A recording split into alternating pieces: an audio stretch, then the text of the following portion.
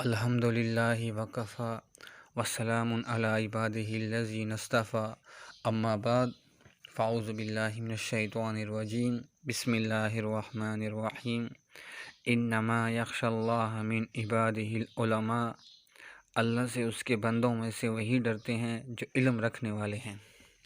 معزز سامعین، اللہ رب العزت کا شکر ہے کہ اللہ رب العزت نے ہمیں انبیاؤں کے وارثوں سے نوازا ہے۔ اپنے علماء کی ہم قدر کریں، ان کی عزت اور ان کا اکرام کریں۔ آج کل کے دور کے اندر جو علماء کے ساتھ مل گیا ہے، اس کے ساتھ تعلق کو قائم کر لیا ہے، تو اس کی کشتی پار ہو جائے گی۔ اور آج کل کے دور کے فتنہ فساد کے دور کے اندر جو علماء سے دور ہو گیا ہے، تو اللہ نہ کرے اس کی کشتی بھنور میں پھنس جائے گی۔ تو ہمیں چاہیے کہ ہم اپنے علماء کے ساتھ اپنا تعلق قائم رکھیں تاکہ ہماری کشتی بھی پار ہو جائے۔ وہ علماء ہی ہیں جو اللہ تعالیٰ سے ڈرنے والے ہیں، وہ علم والے ہی ہیں جو اللہ تعالیٰ سے ڈرنے والے ہیں۔ بانی تبلیغ مولانا الیاس رحمۃ اللہ علیہ سے کسی نے سوال کیا کہ حضرت، کچھ علماء تو ایسے ہیں جو شریعت پر نہیں چلتے ہیں، شریعت کو مکمل فالو نہیں کرتے ہیں، ان کے اندر کچھ عیب ہیں، تو ہم انہیں برا کہہ سکتے ہیں؟ تو مولانا الیاس رحمۃ اللہ علیہ نے جواب میں کہا، بھائی، ایک پرنٹنگ پریس کارخانہ ہو جس میں قرآن چھپتا ہے، اگر غلطی سے کوئی ورق آگے پیچھے ہو جائے یا کچھ لائنیں اوپر نیچے ہو جائیں، ان کی سیکوینس تبدیل ہو جائے، تو ہم اس قرآن کو یا اس قرآن کے اوراق کو ڈسٹ بن میں ڈال سکتے ہیں؟ تو اس شخص نے فرمایا، نہیں۔ تو مولانا الیاس رحمۃ اللہ علیہ نے فرمایا، بھائی، یہ تو قرآن غلط ہے، اس کی لائنیں اوپر نیچے ہو گئی ہیں، تو ہم اس کو کیوں نہیں ڈال سکتے؟ تو اس شخص نے فرمایا کہ حضرت جی، قرآن تو ہے، جیسا کیسا بھی ہے وہ قرآن تو ہے۔ تو مولانا الیاس رحمۃ اللہ علیہ نے فرمایا کہ بھائی، وہ عالم جیسا کیسا بھی ہے، وہ رسول اللہ صلی اللہ علیہ وسلم کا وارث تو ہے۔ تو ہمیں چاہیے کہ ہم اپنے علماء کی قدر کریں۔ اور مزید یہ بھی فرمایا ہے کہ جو لوگ علماء کے پیچھے غیبت کرتے ہیں، ان کے پیچھے برے القابات سے ان کو پکارتے ہیں، ان کی مثال ہرن کی سی ہے۔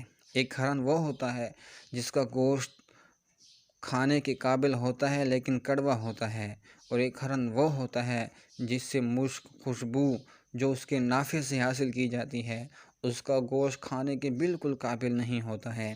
اس لیے جو عام لوگوں کے پیچھے غیبت کرتے ہیں، ان کی مثال اس ہرن کی سی ہے جس کا گوشت کڑوا تو ہے لیکن کھایا جاتا ہے۔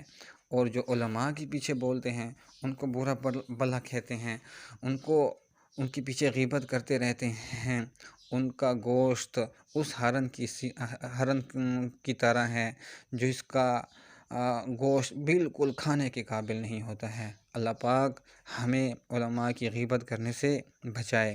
پیر ذوالفقار صاحب دام ذلہ نے فرمایا ہے، جو لوگ علماء، طلباء اور مولویوں کے پیچھے باتیں کرتے رہتے ہیں، موت کے وقت اس کو کلمہ نصیب نہیں ہوتا ہے۔ اور مزید علماء کے آداب میں سے یہ بھی ہے کہ امام شیخ سری سکتی رحمۃ اللہ علیہ کا ایک واقعہ ہے کہ جب وہ فوت ہوئے تو کسی نے خواب میں دیکھا اور اس سے پوچھا کہ آپ کے ساتھ اللہ رب العزت نے کیسا معاملہ کیا ہے؟ تو انہوں نے عرض کیا ہے کہ اللہ رب العزت نے میری ایک ہی نیکی کی وجہ سے بخشش فرما دی ہے۔ وہ میرے عبادات، وہ میرے معاملات، وہ میرے اخلاقیات، ان کی وجہ سے اللہ رب العزت نے میری بخشش نہیں فرمائی ہے، بلکہ ایک ہی نیکی ہے۔ تو اللہ رب العزت سے عرض کی کہ وہ کون سی نیکی ہے؟ اللہ رب العزت نے فرمایا، وہ ایسی نیکی ہے کہ وہ فرشتوں کو بھی پتہ نہیں ہے۔ پھر اللہ رب العزت نے فرمایا کہ وہ نیکی جو ہے نا، فرشتے بھی اس کے بارے میں نہیں جانتے ہیں۔ تو انہوں نے عرض کیا ہے، یا باری تعالیٰ، وہ کون سی نیکی ہے؟ تو اللہ رب العزت نے فرمایا کہ آپ نہر کے کنارے وضو پر بیٹھے تھے، اپنا وضو کر رہے تھے، آپ نے نیچے دیکھا تو نیچے آپ کے امام احمد بن حنبل رحمۃ اللہ علیہ بیٹھے ہوئے تھے۔ آپ کے دل میں آیا کہ میرے وضو کا پانی ایک عالم دین کی طرف جائے گا، اس کے اوپر قطرات وغیرہ گریں گے، یہ اس کے ادب کے خلاف ہے، یہ اس کے اخلاق کے خلاف ہے۔ تو میں نے اس جگہ کو چھوڑ کر دوسری جگہ چلا گیا، تو اللہ رب العزت نے امام احمد بن حنبل کے آداب کی وجہ سے، ادب کی وجہ سے میری بخشش فرما دی۔ تو بھائیو، دوستو، بزرگوں، یہ ہے علماء کا ادب، کہ ادب کی وجہ سے اللہ رب العزت نے ان کے تمام گناہ بھی بخش دیے اور ان کو بھی بخش دیا ہے۔ آج معاشرے میں عام لوگوں کا یہ حال ہے کہ ان کو آتا جاتا کچھ نہیں ہے، بس علماء کے پیچھے لگے ہوئے ہیں، ان کی خامیوں کو ڈھونڈ رہے ہیں۔ ایک واقعہ ہے کہ ایک آدمی تھا جو الیکشن کے لیے کھڑا ہو گیا، اس کا نام نصر اللہ تھا۔ تو اس نے کمپین وغیرہ چلائی، تو لوگوں نے کہا کہ آپ کو ایک ووٹ بھی نہیں ملے گا۔ اس نے کہا میرے پاس قرآن میں دلیل ہے، مجھے ووٹ ملیں گے اور میں جیتوں گا بھی سی۔ تو لوگوں نے پوچھا کہ قرآن میں آپ کے پاس کون سی دلیل ہے؟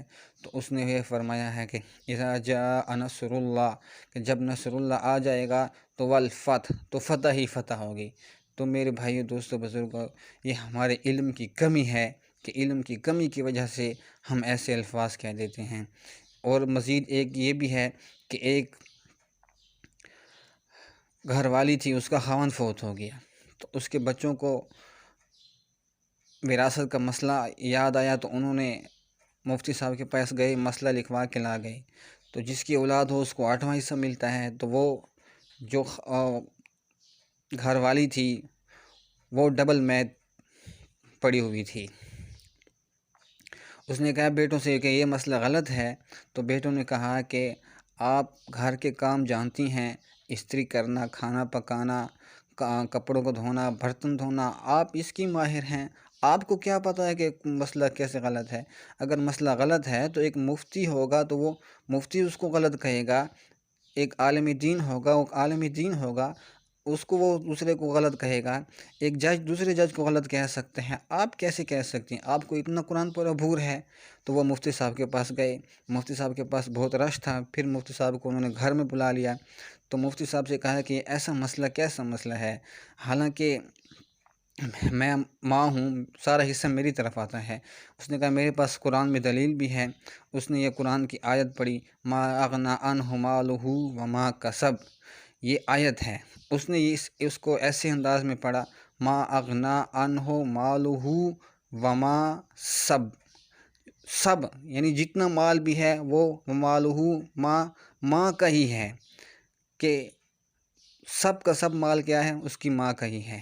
آج یہ ہمارا حال ہے، ہمیں آتا جاتا کچھ نہیں ہے اور اپنے علماء کے پیچھے ایسے دھڑ دھڑ بولتے رہتے ہیں۔ اللہ پاک مجھے اور آپ کو علماء کے پیچھے غیبت کرنے سے بچائے اور ان کے ساتھ تعلق قائم کرنے والا بنائے۔ ہمارے حضرت مولانا مسعود صاحب دامت ظلہ فرمایا کہ علماء جو ہیں وہ جو کچھ کرتے ہیں ان کا تعلق اللہ کے ساتھ ہے، اللہ جانے اور ان کا کام جانے، لیکن جب وہ آپ کو کوئی بات بتاتے ہیں، جب آپ کے سامنے خطابت کرتے ہیں یا کوئی مسئلہ بتاتے ہیں یا جمعے کا بیان کرتے ہیں، تو وہ کئی کتابوں کا مطالعہ کر کے آپ کے سامنے آتے ہیں۔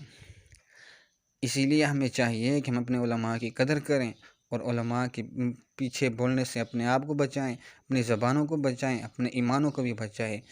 اللہ پاک مجھے اور آپ کو اس پر عمل کرنے کی توفیق عطا فرمائے۔ اقول قولی ھذا واستغفر اللہ۔